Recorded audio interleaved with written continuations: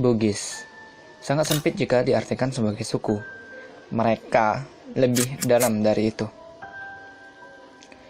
Sejarah akan komunitasnya, kerajaan mereka, melewati peristiwa penting setiap zaman kuno hingga modern, kehebatan orangnya, budayanya, hingga sendi kehidupan mereka punya keunikan tersendiri. Sehingga kita patut bangga bahwa Bugis merupakan bagian dari Indonesia. Tapi di balik kehebatan itu pula, terdapat masa lalu yang kelam menimpa mereka.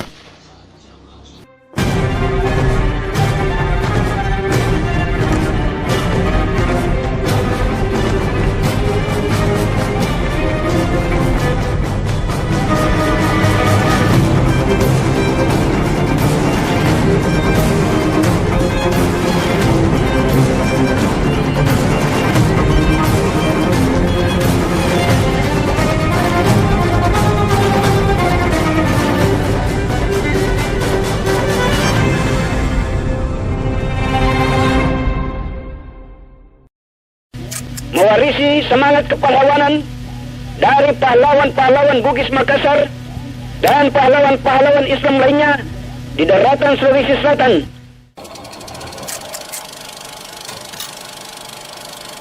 Presiden Soekarno yang mendapat dukungan dari KSAD Nasution menyatakan negara dalam keadaan bahaya dan memerintahkan menghadapi pemberontakan daerah dengan kekuatan militer.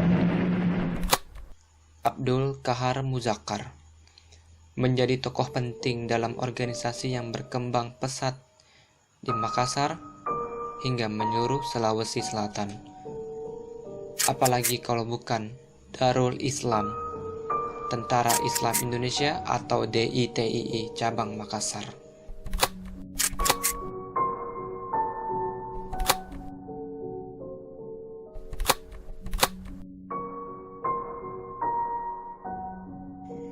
Ironinya, masyarakat dibuat dilema dengan kondisi ini. Bagaimana tidak?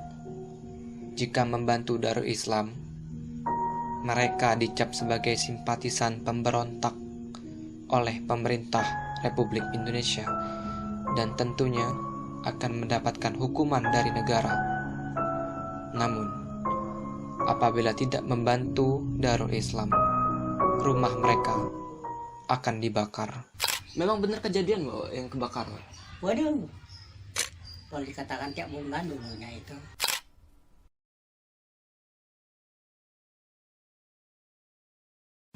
Ngapain Sampai Pak? kita galinya tanah, lubang di bawah rumah, baru di situ kita rekam. Takutnya kena tembak. Oh. Dia kan juga nembak juga. Kalau kebetulan ketemu sama gorila dengan ini apa tentara begitu berperang dia. Ledak lu. Gorila tuh siapa Pak? Hah? Gorila tuh siapa? Gorila ya macam inilah. Kita ini. Oh, masyarakat. Masyarakat Bugis juga. Oh. Itulah kebanyakan orang Bugis ini merantau begitulah, gara-gara itulah dia lari. Agak enak kerjanya, agak enak di sinilah. Nah, tinggal lama-lama ya banyak lama tinggal di sini.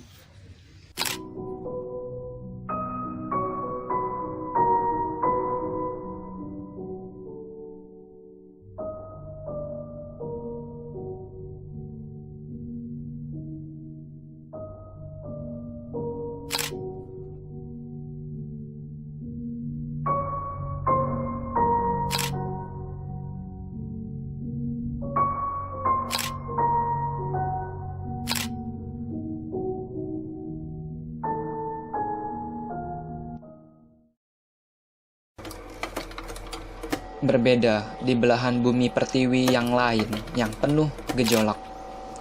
Bangka Belitung bersama-sama mengupayakan untuk memisahkan diri dari Keresidenan Sumatera Selatan, dengan kata lain menjadi provinsi baru.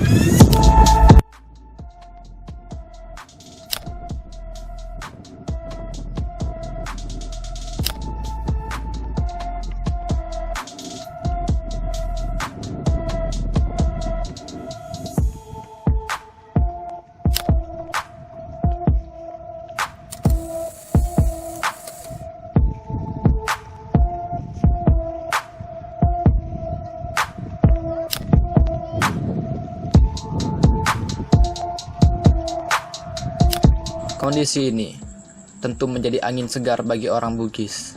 Terlebih, mereka juga sudah mengetahui Bangka merupakan daerah yang aman melalui pendahulu mereka yang pernah berdagang di sini. Untuk itu, sebagian subetnik seperti Margabone, Pinrang, dan Sinjai bersama keluarganya pun secara bertahap menyebar ke berbagai daerah Bangka. Salah satunya di suatu kampung di Kabupaten Bangka. Bapak ada nanya ke orang tua gitu, ngapain ke Bangka gitu, ngapain ke daerah lain? Kena sebelum Iya, naksirnya di sini.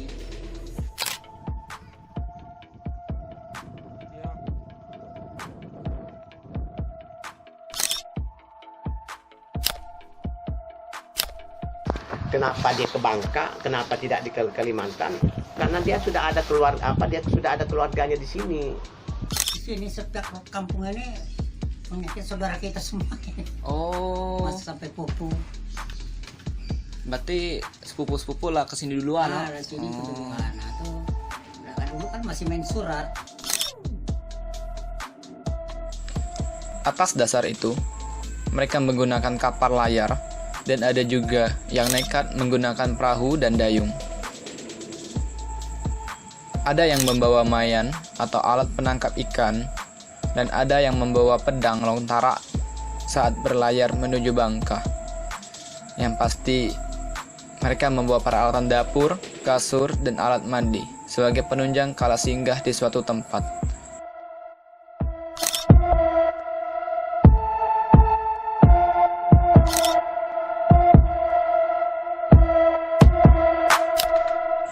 Satu bulan perjalanan laut yang dilalui hingga mereka tiba di suatu pesisir bernama Kampung Buyan. Di kampung tersebut, mereka berdampingan dengan suku bukan asli Bangka, yaitu suku Buton. Pas sampai sini nginep di rumah mana ya, Pak? Dulu, oh di sini bukan apa pasir dulu ini kita ngampar di sini dulu pertamanya pakai tenda-tenda gitu lah sama kayak orang ini apa tukang jual obat. Betuju di pasir gitu? Iya di pasir ini ngampar di pasir. Udah itu pagi gulung lagi baru berangkat. Tapi tendanya tetap begitu. Udah khawatir, ini kan pasisir loh, karena di angin. Iya ini angin. Iya kan diikat semua. Oh, udah terbang kok? Enggak terbang sih terbang tapi tidak sebenarnya dulunya. Pada awalnya, kampung ini sangat sederhana.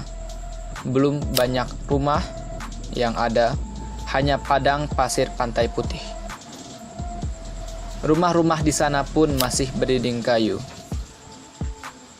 Angin pantai selalu berhembus hingga ke kediaman mereka.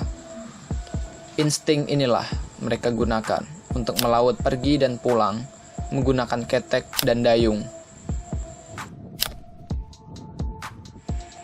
Ya, Kampung Buyan. Kampung Buyan kini pun sudah berganti nama menjadi Kampung Nelayan atau Desa Nelayan. Ya, apalagi kalau bukan mayoritas penduduk di sini bermata pencaharian sebagai nelayan. Dalam istilah orang Bugis di sana, nelayan dibagi lagi menjadi mincing, godek, dan gaek. Pesan para leluhur memang benar. Bangka memang tempat yang cocok bagi mereka. Selain sebagai nelayan, sebagian kecil orang Bugis merambah pada sektor tambang timah dan tengkulak.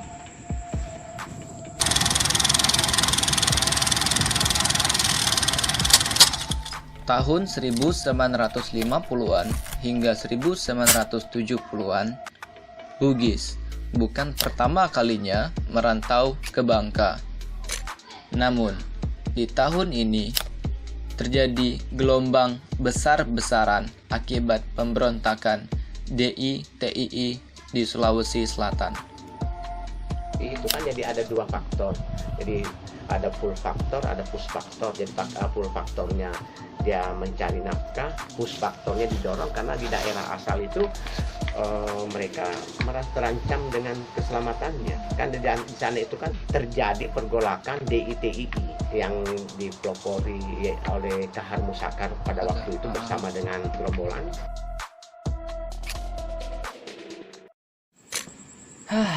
Ya, tentu migrasi keluar Sulawesi Selatan sebagai bentuk protes dan respon terhadap kegagalan pemerintah Sulawesi Selatan. Permasalahan kesejahteraan pada aras lokal dan pemberontakan DITII sebagai manifestasi atas ketidakberhasilan atau kegagalan negara mengelola keadilan untuk kesejahteraan masyarakat. Saya Andromeda Aidroben. Terima kasih.